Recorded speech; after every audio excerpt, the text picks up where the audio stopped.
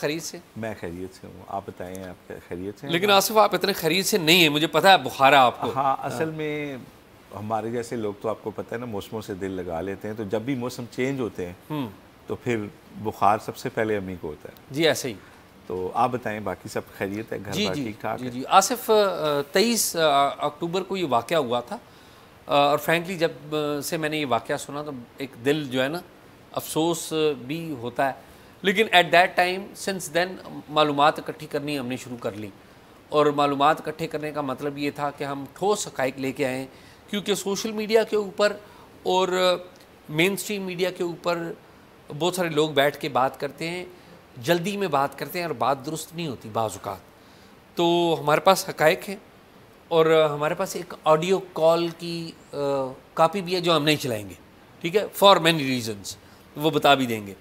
मैं आसिफ अगर आप इजाज़त दें मैं पुराने से शुरू करूं या पहले आप बात करेंगे? नहीं, आप पहले बताएं। अच्छा। आप प्लीज़ अदील अकबर साहब के हवाले से बात करना चाह रहे हैं? जी पहले आप उन पर बात करें। अच्छा। प्लीज़ आसिफ 23 अक्टूबर शाम 4:20-22 के 23 मिनट के ऊपर अदील अकबर इस्लामाबाद में सरीना चौक है, उसके सामने एक SMG गन से ख़ुद को गोली मारते हैं और एक आग लग जाती है। जो ही मुझे ये ख़बर मिलती है तो हमारे कैमरा मैन खलीक वो पार्किंग में थे, वो बता रहे थे कि कोई पुलिस ऑफिसर है उसे गोली लग गई है। तो पहले हम गए पोली क्लिनिक और फिर हम पिम्स गए, तो वहाँ पर इस्लामाबाद पुलिस की आसिफ सारी जो टॉप लीडरशिप थी वो मौजूद थी। इस्लामाबाद इंतज़ामिया, डिप्टी कमिश्नर, तमाम जो लोग वहाँ पर मौजूद थे और तमाम लोग ना आसिफ बड़े रंजीदा थे। लेकिन सवाल एक पैदा हो रहा था कि अदील अकबर को कत्ल किया गया है या ख़ुदकुशी का मामला है, एक बुनियादी।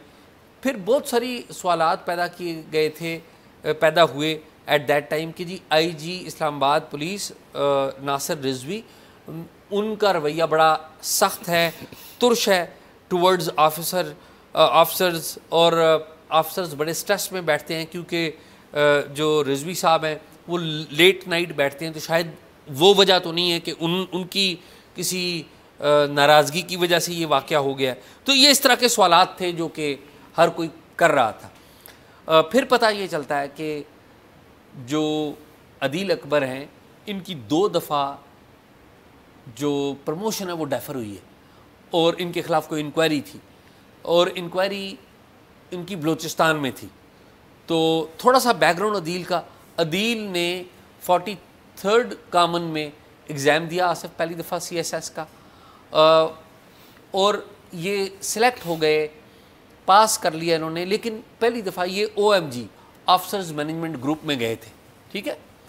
तो आसिफ वो ऑफिसर्स मैनेजमेंट ग्रुप में जाना नहीं चाहते थे, वो जाना चाहते थे पुलिस सर्विस ऑफ पाकिस्तान में। 3 साल बाद वो दोबारा CSS में अपीयर होते हैं 46 कॉमन में, और वो पूरे पाकिस्तान में CSS के जितने भी कैंडिडेट्स हैं उनमें दूसरे नंबर पे आते हैं और वो ऑप्ट करते हैं पुलिस का डिपार्टमेंट के, जी वो PSP बनेंगे और पुलिस के वो टॉपर हैं, यानी कि पुलिस ग्रुप पूरा उसका नंबर 1 जो ऑफिसर था वो ये अदील अकबर थे। ये ट्रेनिंग इनकी होती है, एक तो कंबाइंड ट्रेनिंग होती है, फिर यहाँ पर एकेडमी है पुलिस एकेडमी, वहाँ पर इनकी ट्रेनिंग होती है और फिर इनको भेज दिया जाता है बलूचिस्तान में। गालिबन पहली जगह इनकी जो है पुलिस एकेडमी में आप भी जाते हैं लेक्चर देने, बस वो देख लें आप, ये पुरानी बातें। खैर, तो आसिफ हुआ ये कि इन्हें तुर्बत में भेज दिया गया, बलूचिस्तान में भेज दिया गया, वहाँ पर कुछ टाइम गुजारते हैं, फिर इनको ज़ोब में इनकी ट्रांसफ़र होती है। ज़ोब का जो स्टेशन है ये बड़ा अहम है, यहाँ पर इनके ख़िलाफ़ एक इंक्वायरी शुरू होती है।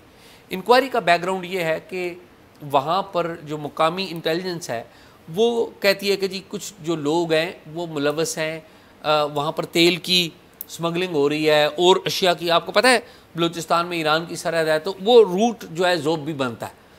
तो वो आल्दो के हमने नहीं देखा कि वहाँ पर एक्चुअली ज़िम्मेदारी जो है वो तो FC की और बहुत सारे इदारों की भी है जो मेन करता धरता है। मुझे नहीं पता, आपको भी शायद नहीं पता होगा कि कोई FC के बड़े लोग इसके ऊपर हुए हों। खैर, इनके ऊपर मुकामी जो इंटेलिजेंस है वो इनके एक अफसर हैं AIG वहाँ पर होते हैं, उनका नाम है मारूफ वाहला।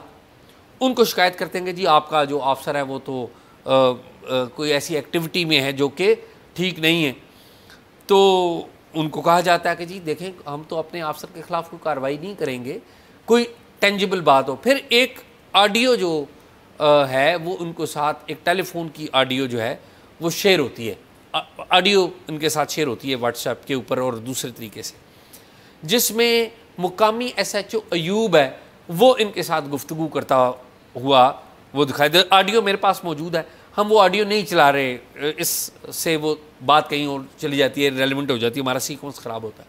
तो ऑडियो में जो है वो गुफ्तगू दिखाई जाती है। In light of that audio जो मारूफ वाला हैं वो इनके ख़िलाफ़ इंक्वायरी इनिशिएट करते हैं मुकामी सतह पर।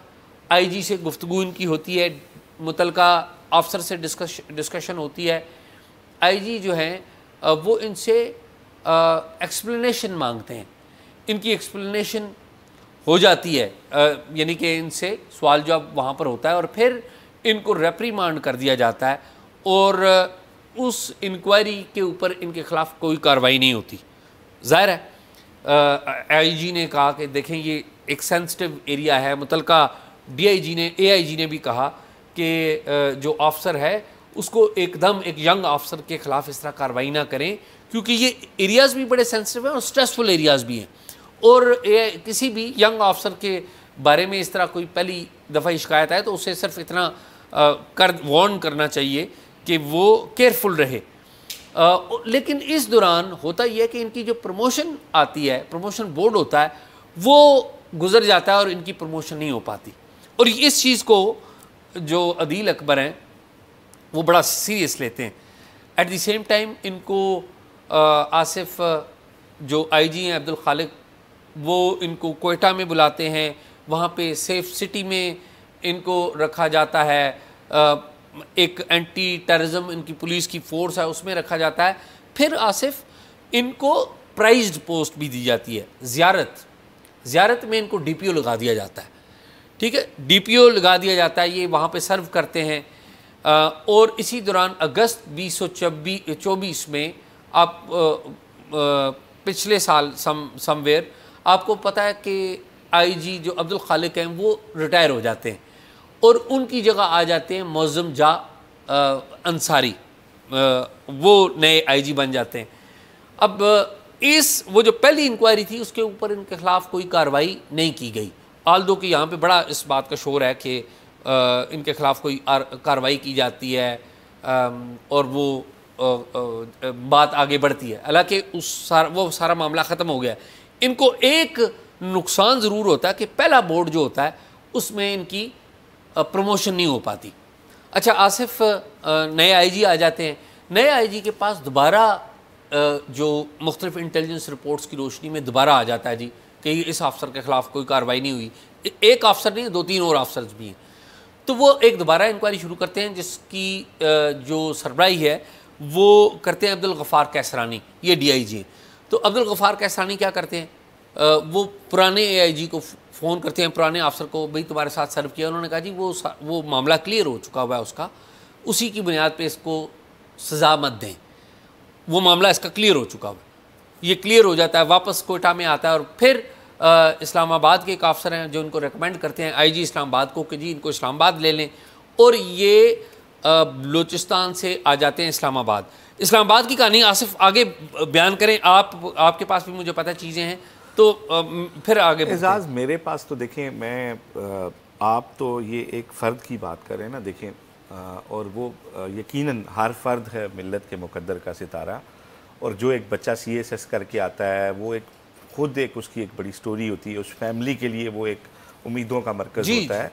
लेकिन मैं इस सारे मामले में एक फ़र्द से ज़्यादा उस सारे सिस्टम के अंदर जो चीज़ें वो हाईलाइट करके गया है, मैं ज़रा उनके ऊपर बात करूँ। जी आसिफ, फिर मैं उस कहानी को कंप्लीट कर देता हूँ जी प्लीज़, ठीक है, क्योंकि वो मेंटल हेल्थ के ऊपर हमने बात ज़रा क्विकली ये बताएं। अच्छा, मैं आपको इसकी कुछ और पहलू भी बताऊँ। अच्छा आसिफ, वो इस्लामाबाद में सर्व करते हैं, जब जो ही वो इस्लामाबाद में आते हैं, आपको पता है यहाँ पे जॉइंट अवामी एक्शन कमेटी का मामला चल रहा था कश्मीर में, इनको कश्मीर में भेज दिया जाता है, ये वापस आते हैं तहरीक लब्बैक का।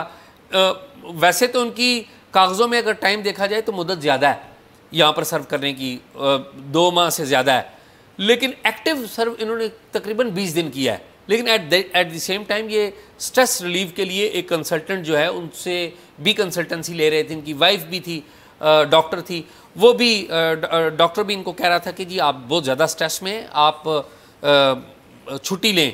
इन्होंने को 2-3 दिन की छुट्टी ली, जो इनके वफ़ात के बाद 23 तारीख की सुबह वो अप्रूव होती है, यानी कि बल्कि 20, 21, 22, 23 छुट्टी थी इनकी, लेकिन ये सर्व कर रहे थे। 23 की शाम को इनको ये गोली लगती है या सुसाइड करते हैं। 23 की सुबह इनकी जो छुट्टी है वो अप्रूव होती है। तो आसिफ, इसमें यह कहा जाता है जी आखिरी कॉल जो है वो गालबन इन्होंने आईजी को किया या आईजी ने इनको किया है। ये बात तो आसिफ मैं ज़िम्मेदारी से आपको पूरा चेक करके बता रहा हूँ कि आईजी के साथ इनकी कोई कॉल नहीं हुई। उस पर्टिकुलर बात इन्होंने एसी सदर से बात की और वो प्रोफेशनल नोयत की बात की है कि सर कोई किसी जगह पे एसएचओ की ज़रूरत थी। ये जा रहे थे एक्चुअली एस्टैब्लिशमेंट डिवीज़न के मेरी प्रमोशन का बोर्ड हो जाए, उसकी वो ज़्यादा था। तो उस अफसर से मुलाकात नहीं हुई तो उन्होंने यू टर्न लिया है सामने सरीना के सामने से, और फिर उन्होंने अपने गनमैन से गन लिया और वो फायर कर लिया अपने आप को। इसमें 2 छोटे छोटे सवाल, एक तो इनका ड्राइवर और वो जो इनका गनमैन है वो अभी तक पुलिस के पास हैं। इनका आईफोन पुलिस के पास है, वो उसे ब्रेक नहीं कर सके कि क्या मैसेजिंग होती रही है। अब इनका जो आईफोन है वो किसी खुफिया एजेंसी को दे दिया गया कि वो ब्रेक करें ताकि पता चल सके। तो ये है कहानी जो ओवरऑल है। मेंटल हेल्थ का इशू है, मेंटल स्ट्रेस का इशू है। मैं चाहूँगा कि उसके ऊपर आप दें। अच्छा एजाज़, इस तरह है कि ये वाक़या जब होता है ना तो इसको लोगों ने बड़ा एक पर्सनल लिया। हालांकि आपको पता है वॉर ऑन टेरर में हम कितनी शातें पहले दे चुके हैं, अभी बॉर्डर सिचुएशन क्या है उसमें कितनी शातें हो रही हैं, लेकिन ये एक ऐसा वाक़या था कि हर इंसान एक बड़ा कंसर्न फील हुआ। मुझे ट्विन सिटीज़ की अगर मैं बात करूँ तो सबसे पहले तो इसमें जो एक मिस इन्फॉर्मेशन आई जी कि आखिरी कॉल आईजी साहब ने की है और उसके बाद उन्होंने खुदकुशी कर ली है। ठीक बात। और बड़ा ही सारी तोपों का रुख आईजी इस्लामाबाद की तरफ हो गया।